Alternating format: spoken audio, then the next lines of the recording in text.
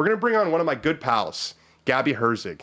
Gabby is doing amazing work at The Athletic, also the New York Times. I feel like I've been seeing... Let's bring her on. Gabby, I've been seeing your name a lot, like in the... What do they call it? The old lady? The gray lady. Is it the gray lady or the old lady? Gabby, you're on mute. Mute. You're on mute, or I can't hear her. One of the two. I can't hear. Oh, that's not good. There you are. Oh, I hear you now. Can you hear me? I can hear you now. So there's this like little mute button on the bottom. Yeah. Anyways, is it the gray lady or the old lady? Gray. I don't know. Like. You know what I'm talking about? That's what they call the physical New York Times. Yes, but I don't know which one it is either. Okay, well, Ben says it's the gray lady. It's gray. It's the gray lady. Anyways, Okay. You're doing great work. That's not why we're having you on the show. I love your work. Yeah. Don't get me wrong. We're having you on the show because you played Augusta National. So there's a media lottery that anyone with a press pass can apply to, and you won it this year. How did you find out, first of all? Yes, funny story. Our friend here shoots me a text. So as the tradition goes, they at around 3 p.m. on Friday afternoon at the Masters, the Masters front desks puts this screen up in the lobby that shows everyone's names who won the lottery, and everyone rushes downstairs to look and see if they made it. And I was like, I don't want to go down there. Like, I'm just going to sit here and wait until someone gives me good news. And I see a text pop up on my phone from Mr. Dan Rappaport, and all it reads is just 3 exclamation points. And I immediately just drop my phone and run downstairs. And I had to see my name for myself, obviously. But that was how I first found out. So I noticed you didn't say anything. You kept the secret, which is was that a business? You didn't say I'm playing Augusta National until I think, was it after you played? Why was you just like, you didn't want to wake up from the dream? Yeah, no, I think actually it was more like I didn't want to have to answer everyone's questions about like how I was going to play the golf course if I had my clubs with me, have all the weight of everyone else's expectations on me, because I already had all my own. So I didn't want to make it worse for myself in that way. But I also thought it would be a nice surprise for the readers that, on Monday night, see that question answer box that we posted on The Athletic, like what questions do you have for Gabby about playing Augusta National? And it was a nice little post-Masters bonus content. You got to be curious what you like the sartorial choices, don't you? Oh, yeah. What did you wear, Gab? Oh, yeah. So I wore, honestly, I didn't pack that many like actual golf outfits. So, you have your Masters. Yeah, you have your photo shoot outfits. I didn't know if I was going to bring this up. It's basically just you got to bring some fits. It's a photo shoot. It's a great tournament. What are you wearing by the pay? It's also a photo shoot. I'm just saying. If you're putting that much effort into looking good at the Masters, I strongly believe you have every right to pose for a photo and share it with the world. So fair enough. That's my take on that. But for Augusta, I went pretty simple. I did navy pants, just a white polo that I actually had gotten earlier the week prior to the Masters when I played Palmetto, which they have a great little logo. It's like the little palm tree, super subtle. I love that logo. And then I had I think a navy blue pullover as well from Sunday Red, which was the full fit. And I had a Masters hat on from last year that had the little seersucker blue and white print on it, which I thought was a nice little fun touch. But definitely a basic golf outfit that I felt confident and comfortable in, which was definitely the goal. Okay, look at you next to your playing partners too. Like that's how you stand out, right? Look at all 3 of those guys. Yeah, she's got a better outfit on than them.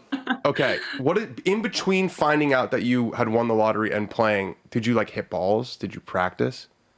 Yes. So I went to the range on Saturday morning and Sunday morning. On Saturday morning, funny story. So on Friday, after I found out, sent a couple texts to the people that needed to know. One of those people was Parker McLaughlin. Short game chef, our boy. Yep. And he very graciously responded to me. I wrote something along the lines of, Parker, I won the media lottery. I'm playing Augusta National on Monday. I need to learn how to chip in the next 48 hours. So he very graciously was willing to give me an emergency FaceTime lesson on the range on Saturday morning. Worth probably couple $1,000 there. That's big time. I don't Gabby. even want to know. It was very nice of him to do. And coincidentally, our good friend Paolo, who writes for ESPN, was there at the range as well. And he stood there with me and held the phone while I chipped for Parker on FaceTime for 30 minutes. And he fixed me in like 30 seconds. It was unbelievable. I was very bottom heavy. I was like chunking and thinning it. And that was my one fear about playing Augusta was those tight lies and having to, maybe flop it over a bunker or something like that. And I hit some great short game shots on Monday that I was really proud of. We're gonna get to the round in a second here. Morning of, tell me like what was your tee time? What time did you pull up? You get to drive down Magnolia Lane. Like what were the instructions they gave you about how to actually do this logistically? Yes. So very specific instructions. Yeah. Surprise. My tee time was 11:45 a.m. You get this card. Yep, there it is, where you cannot arrive on the property even 30 seconds prior to your arrival time. So Jeez. You have to time it up perfectly. And I had heard stories of people showing up like 2 minutes before that time and being turned away at the door. So I really didn't want that to happen to me. And so in the morning, what did I do? I did a couple errands. Like I needed to get like sunscreen from CVS or something. And I made sure all the. So you didn't get to use like the club facilities? No, you do. Oh, you do? There's no sunscreen in the yes. in the locker room of Augusta National? Well, I just want to be prepared, Daniel. Okay, fair enough. So long story short, I parked in the parking lot across the street from Magnolia Lane, which is like a Christian bookstore, and it's like this massive parking lot. Yeah. Yep. And so I waited there for like 15 minutes in my car, like literally just twiddling my thumbs. And actually so funny, when I was sitting there, I saw Scotty Scheffler's dad run across Washington Road, and it looked like he went and met someone at the gate who handed him a TrackMan. So I guess Scotty forgot his TrackMan at Augusta. Breaking news.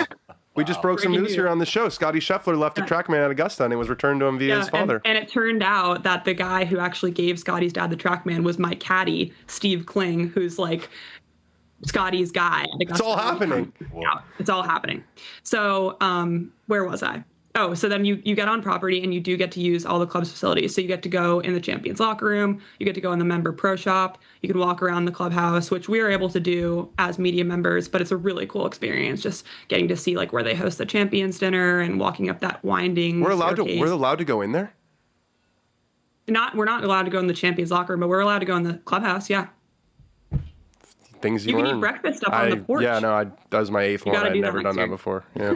We got to go back. Yeah, I got to go back now. We got to schedule a morning breakfast on the patio overlooking the green umbrellas. It's amazing. Great omelets. Wow. Okay, so you get in there, which is fun. You get to use the tournament range or the member range? Tournament range. So my first stop was the pro shop. So I got that out of the way. I was like, I need to get in there as soon as I step foot on this You do some damage? I did some major damage, yes. Good. Well done.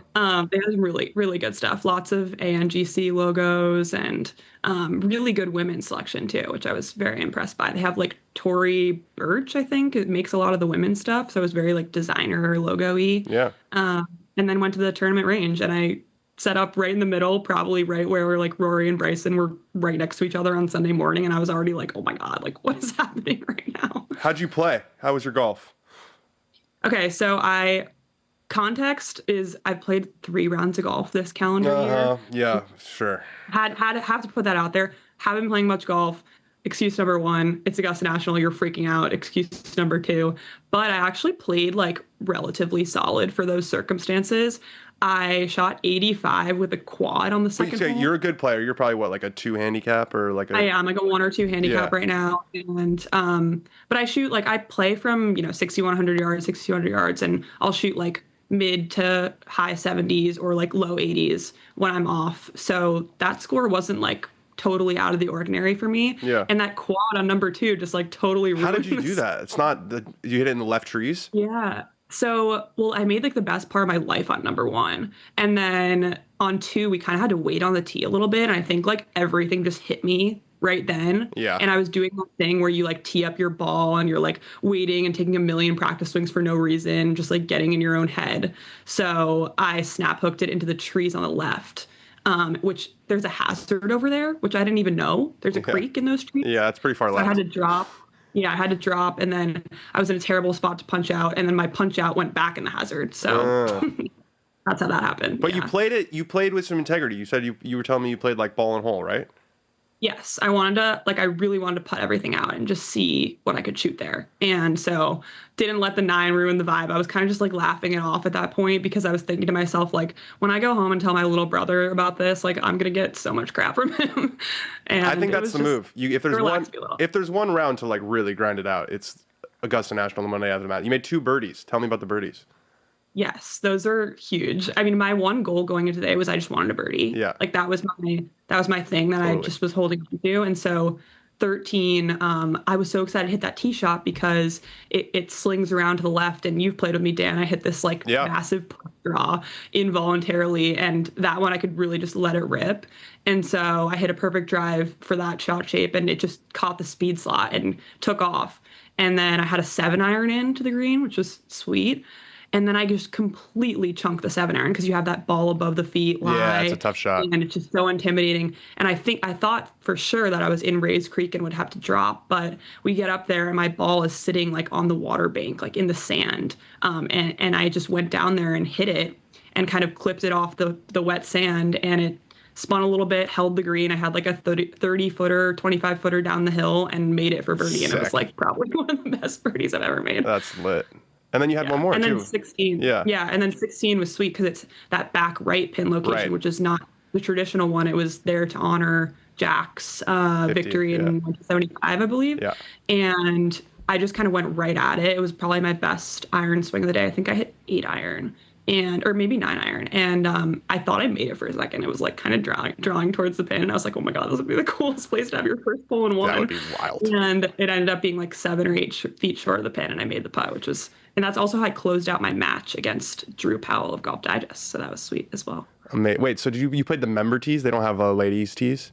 Yes, everyone plays the same tees. It's 6,365 yards, which is a little bit long for me. So there were a few holes where I was like hitting a 5-iron or hybrid in to greens. Like I remember on 10, I had like 210 yards in, which is a long ways for me on a par 4. Yeah, that's a tough shot. But it was honestly like a great setup for me because it was challenging enough to be fun, but not like ridiculously hard where I was struggling to reach greens and stuff. Like it was the ANWA setup, which is cool because a lot of those girls, like I hit it, maybe close to what some of them did off the tee. Yeah, that's cool. Yeah. What was your takeaway? Like, what was you've seen the course. I don't know what number Masters is for you, but you've obviously walked the course a bunch of times. Only 2. Okay, so you've seen the course a bunch.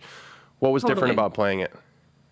I mean, it kind of felt like a ghost town. Like it was kind of an eerie feeling being there without the patrons, and especially after what had happened on Sunday night with Rory, and like they had the leaderboard up still, and it was just like I was kind of having deja vu throughout the entire round because I had watched his final round and obviously like went through all the emotions with him, which was so cool. My takeaway is that like and everyone talks about this, but I feel like you don't really understand it until you're actually there, is the undulations in the fairways specifically. Like you literally never have a flat lie. Yeah. And as someone who hasn't played that much golf recently, like I did not know how to adjust for some of those shots. And I was just screwed from the second I walked up to my ball and saw it. Like even on 8, I had like a 60 or 50 yard wedge shot in, but it landed right on top of this like little mound. And I just didn't know how to hit the wedge shot and like sculled it over the green. Yeah, no, I think it's one of the reasons why you see guys play well there every year. It's like, it's just different. It's its own beast.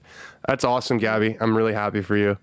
Thank you. 85 is a solid score. There's nothing to be ashamed of there. Absolutely. All right, we'll do this again. Yeah. Thanks, Gabby.